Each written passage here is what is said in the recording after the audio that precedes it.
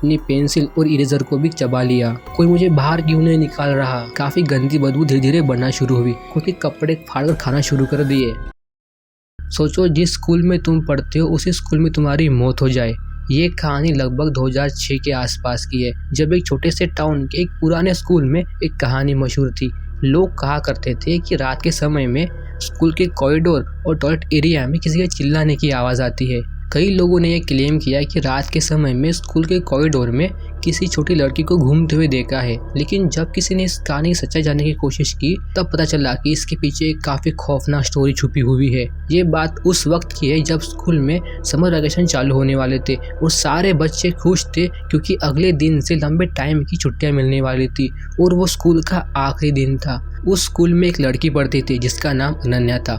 पढ़ाई में काफ़ी अच्छी थी और उस दिन स्कूल का लास्ट पीरियड चल रहा था। सारे बच्चे पढ़ाई में ध्यान दे रहे थे और उसी वक्त स्कूल की टीचर आई और कहने लगी कि ये काम करो, मैं स्टाफ रूम में जाती हूँ। तभी टीचर जाने के 5 मिनट बाद अचानक अनन्या को वॉशरूम जाना पड़ा और वो अपनी बैग लेकर वॉशरूम चली गई। वॉशरूम जाने के 5 मिनट बाद स्कूल की छुट्टी हो गई। सारे बच्चे अपने घर चले गए। धीरे धीरे स्कूल का पूरा स्टाफ खाली हो गया। स्कूल में कोई भी नहीं था और स्कूल का चौकीदार रोज की तरह सारे क्लासरूम और टॉयलेट चेक करके लॉक कर रहा था। और उस दिन उसके हाथ से एक गलती हो गई और उस दिन अनन्या वॉशरूम में ही थी। वो चौकीदार ने बिना चेक किए उस पर लॉक लगा दिया। अनन्या अंदर अपना सारा काम खत्म करके मिरर के सामने खड़ी होकर अपने बाल संवार रही थी। उसे बिल्कुल पता नहीं था कि स्कूल ऑलमोस्ट खाली हो चुका है, वो सारे लोग घर जा चुके हैं। जब उसने वॉशरूम का दरवाजा खोलने की कोशिश की तो दरवाजा खुल ही नहीं रहा था।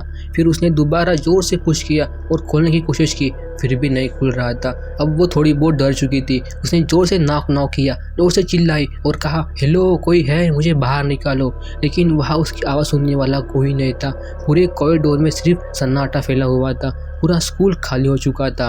वो काफ़ी देर तक चिल्लाती रही जब तक उसका गला दर्द से भर नहीं गया। अब धीरे धीरे उसकी आवाज़ कमज़ोर होने लगी थी और वो थक कर बाथरूम के कोने में जाकर बैठ गई। उधर घर पर जब शाम तक अनन्या घर नहीं पहुंची तो उसके पेरेंट्स काफ़ी परेशान हो गए। उसके पेरेंट्स ने हर बच्चे को कॉल किया, उसके जितने भी दोस्त थे सबको कॉल किया, स्कूल में कॉल किया, लेकिन अनन्या मिल नहीं रही थी। फिर बाद में अनन्या के पेरेंट्स ने स्कूल में आकर चौकीदार से सारे दरवाजे ओपन करवाए, क्लासरूम हो गया, प्लेग्राउंड सब चेक किया, लेकिन फिर भी अनन्या नहीं मिल रही थी क्योंकि उन्होंने वॉशरूम चेक ही नहीं किया। फिर लास्ट में अनन्या के दोस्त को पूछा गया कि तुमने लास्ट टाइम अनन्या को कब देखा था, तो उसने कहा कि जब क्लास का लास्ट पीरियड चल रहा था तब अनन्या बैग लेकर बाहर चली गई थी। मुझे लगा कि वो अपने घर चली गई होंगी। जब अनन्या कहीं नहीं मिली तो पुलिस कंप्लेंट की गई। पुलिस वालों ने काफ़ी सर्च किया, स्कूल के बाहर, स्कूल के अंदर, उसके दोस्त से पूछा गया, लेकिन अनन्या कहीं नहीं मिली। वो अभी वॉशरूम में बंद थी। धीरे धीरे टाइम हो चुका था, समर वैकेशन चालू हो चुके थे और अनन्या भी नहीं मिली थी। और उस वॉशरूम में गर्मी की वजह से काफ़ी गंदी बदबू धीरे धीरे बढ़ना शुरू हुई। कुछ घंटों बाद अनन्या को काफ़ी तेज भूख लगने लगी, लेकिन उसके पास खाने के लिए कुछ नहीं था। भूख से परेशान होकर उसने अपने बुक के सारे पेजेस फाड़ दिए और वो खाने लगी। लेकिन जब बुक के पेजेस खत्म हो गए तो उसने अपनी पेंसिल और इरेजर को भी चबा लिया। उसके बाद उसने अपने बैग का कपड़ा तोड़कर चबाना शुरू कर दिया। उसे इतनी भूख लगी थी, उसके पास खाने के लिए कुछ नहीं था। फिर बाद में उसने अपने खुद के कपड़े फाड़कर खाना शुरू कर दिए, लेकिन फिर भी उसकी भूख शांत नहीं हो रही थी। अब धीरे धीरे काफ़ी समय बीतता गया और अनन्या अंदर से काफ़ी कमज़ोर हो चुकी थी। उसके अंदर इतनी भी ताकत नहीं थी कि वो अपने दरवाजे को नॉक तक कर पाए। समर वैकेशन खत्म होने के बाद जब स्कूल फाइनली ओपन हुआ तो स्कूल के कॉरिडोर में से काफ़ी गंदी बदबू आने लगी। सबको लगा कोई जानवर मर गया होगा, लेकिन टीचर ने चौकीदार को बुलाया और कहा कि जाओ जाकर देख कर आओ।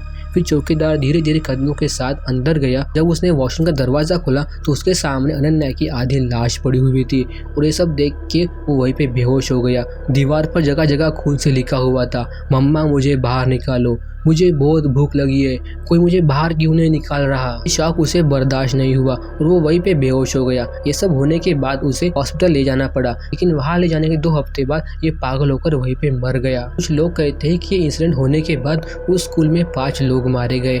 उस स्कूल में लास्ट पीरियड होने के बाद कोई भी इंसान टॉयलेट में अकेला नहीं जाता और जाने की कोशिश भी नहीं करता। और आज भी बहुत लोग ये क्लेम करते हैं कि रात के समय उस स्कूल के कॉरिडोर में एक छोटी लड़की घूमते हुए दिखती है और काफ़ी जोर से चिल्लाती है, जैसे वो चाहती हो कि उसे कोई आकर बचाए। क्योंकि आज भी अनन्या की आत्मा जिस किसी को देख लेती है उसे अपने साथ लेकर चली जाती है।